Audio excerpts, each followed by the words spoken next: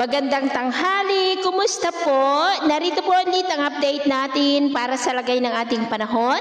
Ngayong tanghali po ng October 14, 2024 na kung saan sa ngayon ay patuloy pa rin ang pagdaloy ng northeasterly surface wind flow o mahinang daloy ng amihan dyan po sa may extreme northern Luzon at silangang bahagi ng mainland Luzon, habang may salubungan pa rin ng mga hangin na mula sa northern at southern hemisphere o yung tinatawag po natin na intertropical convergence zone na nag-i-extend sa silangan ng Visayas at Mindanao. At sa ating long range forecast ay wala pa ring bagyo na namamataan na tatawid po dito sa ating kalupaan hanggang sa susunod na 2 linggo, pero hindi pa rin inaalis ang posibilidad na may mabuong sama ng panahon sa silangan ng ating bansa sa susunod na mga araw, at ang development ng mga yan ang ating babantayan. At sa lagay ng ating panahon, ngayong tanghali ay generally fair weather sa malaking bahagi ng ating bansa, pero may tsansa pa rin ng maulap na kalangitan with isolated rain sa ilang bahagi ng Cagayan, Isabela, Quirino, Cordillera, Metro Manila, Calabarzon, Bicol, Mimaropa, Capiz, ilang bahagi ng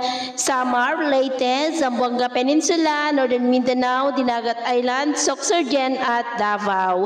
At sa susunod na mga oras ay mas maraming lugar na ulit ang makakaranas ng mas maulap na kalangitan with isolated rains sa malaking bahagi po ng ating bansa. Kaya kung lalabas tayo sa ating mga tahanan ay ugaliin lamang po natin lagi ang magdala ng kahit anong panangga natin sa init ng araw at proteksyon na rin po sa mga biglaang buhos ng ulan.